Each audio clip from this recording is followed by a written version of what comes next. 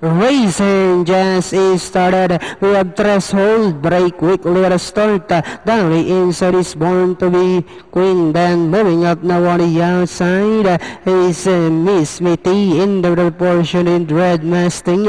Next on line is Gusto Ko Happy Ka, while Sibasib is the early trailer by about 10 lengths of the leader. And going along for the first turn, we have threshold by about 2 lengths. And in second is Born to Be Queen. 3/4 of a length further back in third comes Red Mustang. Then next on line is Miss Mitty, Gusto Ko Happy Ka, while si Basim still running at the tail of the field. Down the back stretch they traveled. We have Threshold maintaining a 4 lengths lead. Born to Be Queen in second.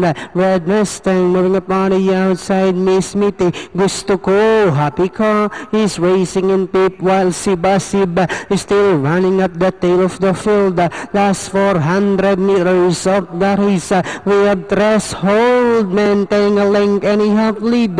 Born to Be Queen still in second. Miss Mitty, Red Mustang down on the inside is Gusto Ko Happy Ka and si Basib. As they swing for home, we have Threshold now racing away and by about 4 lengths over Born to Be Queen in second. Last 75 meters, we have Threshold followed by Born to Be Queen, and finally Threshold, Born to Be Queen. Then comes Gusto Ko Happy Ka, Miss Mitty, Red Mustang, and number 1 si Basib.